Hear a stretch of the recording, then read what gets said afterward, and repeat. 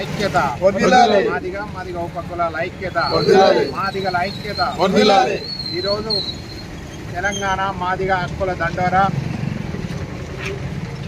నియోజకవర్గ నల్గొండ జిల్లా పక్షాన పిడమర్తి రవీణ గారు మరి మాదిగల ఆత్మీయ సమ్మేళనం అని చెప్పేసి ప్రతి నియోజకవర్గానికి తిరుగుతూ నల్గొండ జిల్లా మిర్యాలగూడకు రావడం జరిగింది.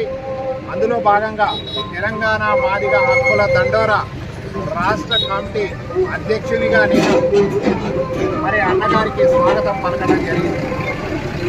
అన్నగారు చెప్పిన విధానం ఏంటంటే మరి మాదిగలంతా ఏకం కావాలి, చీలికలు పేలికలుగా ఉంటున్నారు, రకరకాల సంఘాలు పెట్టుకొని అందరూ మరి ఎస్సీ వర్గీకరణ కోసము లక్ష్యము ఒకటేగా, అన్ని వర్గాలైన లక్ష్యం ఒకటే విధంగా ఉండే విధంగా మరి ప్రయాణం చేస్తూ ఉన్నారు.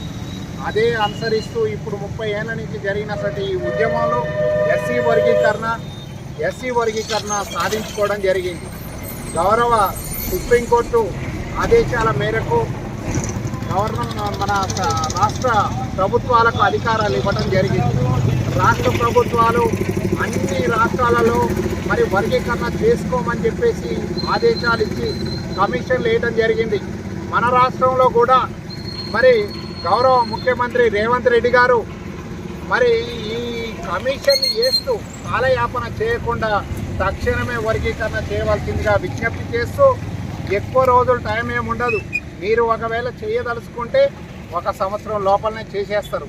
సంవత్సరం లోపల చేయకపోతే ప్రభుత్వ విధానాలను ఎండగడుతూ రాబోయే రోజులలో మాదిగలకు మోసం చేసిన కాంగ్రెస్ పార్టీగా చిత్రీకరించవలసిన అవసరం ఉంటుంది. కాబట్టి మరి మాదిగలని న్యాయం చేయాలంటే, మాదిగలకు న్యాయం జరగాలంటే మరి తక్షణమే వర్గీకరణ కూడా రాష్ట్రంలో అమలు కావాలని నేను తెలియజేస్తూ మరి ఇక్కడ వచ్చిన అన్నవారికి కూడా స్వాగతం పలకడం జరిగింది.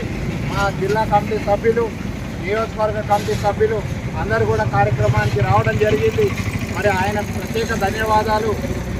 రాష్ట్రం మొత్తం తిరుగుతూ ఉన్నాడు, రాష్ట్రంలో ఉన్న మాదిగలందరినీ మమైకం చేస్తూ ఒక కట్టు మీదకి తీసుకురావడం కోసం తిరుగుతున్నటువంటి మరి రవీణ గారికి ప్రత్యేక ధన్యవాదాలు తెలుపుతూ ఈ కార్యక్రమాన్ని విజయవంతం చేసిన ప్రతి ఒక్క మాదిగ ఉపకులాల జనాలందరికీ కూడా హృదయపూర్వక జై భీములు, ఉద్యమ నమస్కారాలు. జై భీమ్, జై భీమ్, జై భీమ్.